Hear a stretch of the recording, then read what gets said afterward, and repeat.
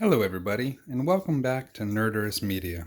I'm Nate, and today we're going to be exploring Vampire the Masquerade just a little bit farther. Now, it's been over a year since Vampire the Masquerade 5th edition came out, and I've been playing in this game and I quite enjoy it quite a bit.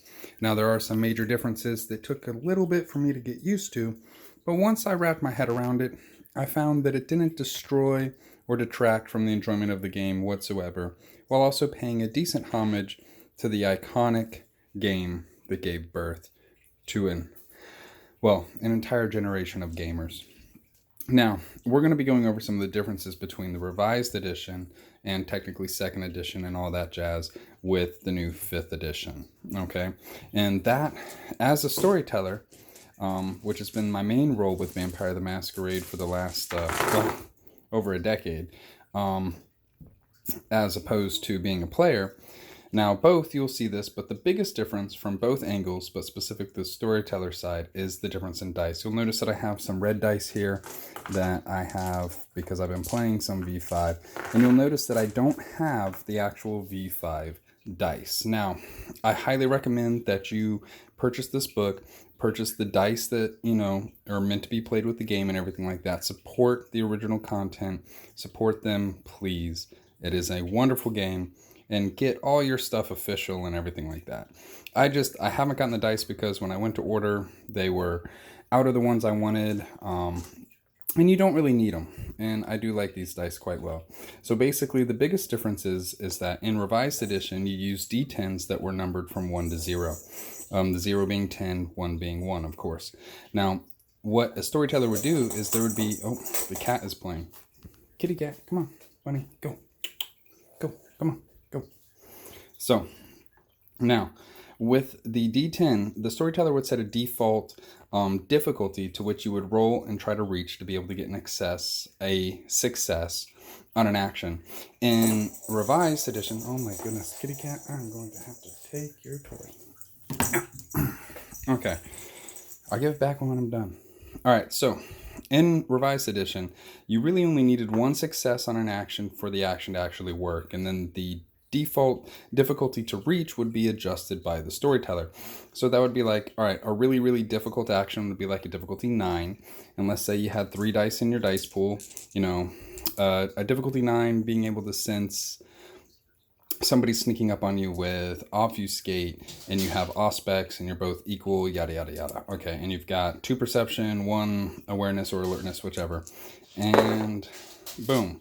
Difficulty 9, I have a 10 and I have a 1. The 1 counters out the 10, and boom, no reroll of that 10, no successes. I do not see the individual sneaking up on me. Boom, voila. Now, let's say the storyteller wanted to adjust it a little bit differently, where he's like, okay, this is a really difficult thing, but it's not out of the reach of possibility of the character. So we'll say, you know what, it's difficulty 7 to see the person sneaking up on you with the same dice pool, but instead you need 2 successes, okay? And you roll, and voila, I have a 9, a 3, and a 4. So I have 1 success, I see the person sneaking up on me, yada, yada. See, that was 2 different variables to which a storyteller in Revise could be able to control the flow of actions determined by the fate of the dice rolls. And so thus you would be able to set the difficulty of the number up or down, and set the number of successes required for the action to be able to be successful. And so that was 2 factors. Now, also in that, 1s detracted from the actual rolls, okay? Now, the factor of that is that in V5, they switched up a component which we'll cover in a different video, and that is hunger and blood points, okay? And so between hunger and blood points, hunger is actually reflected in the very mechanical action of rolling the dice. And so you would have actual dice that represented your hunger rating, as opposed to, in this version, you did not have any dice that represented any blood points whatsoever. And so now, the other difference in this version is that failures only matter if it's a hunger dice and there's no other successes in the roll, or at least that's how we've been playing it. Now, I haven't been storytelling in V5 recently. I've been playing as a player character because I wanted to explore it as a player character, but I'm very excited to be storytelling in a campaign or chronicle very soon. So And this one, that's pretty much all I do. Like everyone just asked me to storytell. No one really asked me to play anymore because they like me storytelling. So whatever. Anyways, going on with that is here you would have, now these would normally have symbols on them or blank. And that's the official dice. I don't have them here. When I get them, I'll make a whole video about it and explore it in depth again. Okay, probably a better video than this one. But so in V5, it's 6 and up is a success. Okay, 6 and up is a success, and everything else is blank. Ones, they don't count unless it's a hunger dice. Okay, now 2 tens, or the special symbol for tens, would be a critical success, and then that means you would have 4 successes for every pair of tens. Now if you had 3 tens, you would only have if you had 3 tens, you would only have 5 successes, because you would have 4 for the pair of tens and then 1 for the single 10. If you had 4 tens, you would have 8 successes. Okay, that's how that works. Now, ow, bunny, seriously, Buns, stop it. No biting. Okay, give me that. Ow. Boy. All right, and so going on from there, basically, is you would have your hunger dice. So let's say I'm playing the character Jim Driscoll, which is my character in V5, okay? And I'm at hunger 2, and I've got a a pool of 6 dice. Bunny, stop it, I'm making a video. All right, and I've got 6 dice, okay?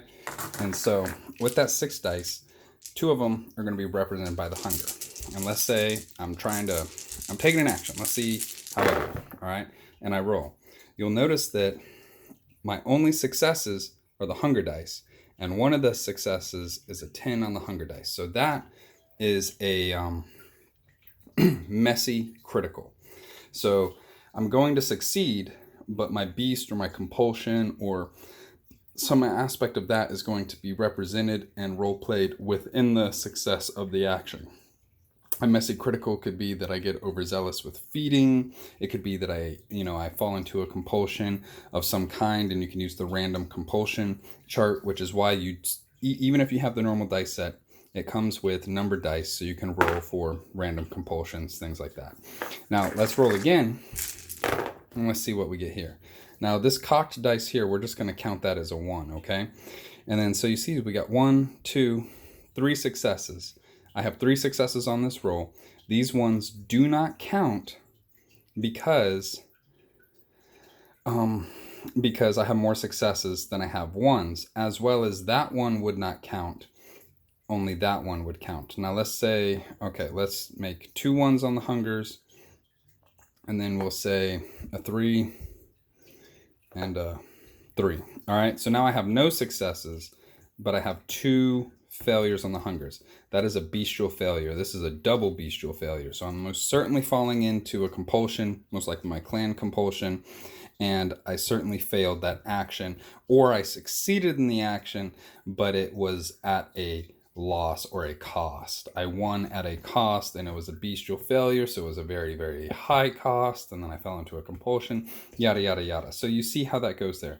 Now, what's interesting about this style of rolling is that it makes it much harder to botch, and it makes it much harder to fail, but it does open up different unique avenues of like, okay, you can fall into compulsions easier, but still succeed. So it allows you to have a more, I guess, nuance, for lack of a better word, interpretation of the dice roll themselves and actions, instead of just being like clear cut, you succeeded, you didn't succeed, this happened, that happened.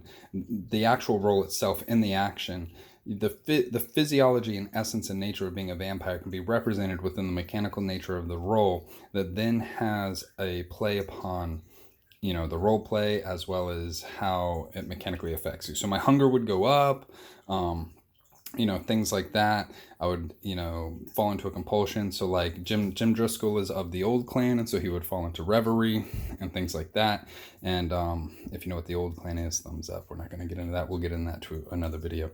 And so that's the very first huge difference between revised and V5, is the very dice you roll, the way you roll them, what they represent, and how they are tied to the mechanical aspects and natures of the character sheet to the actual role play.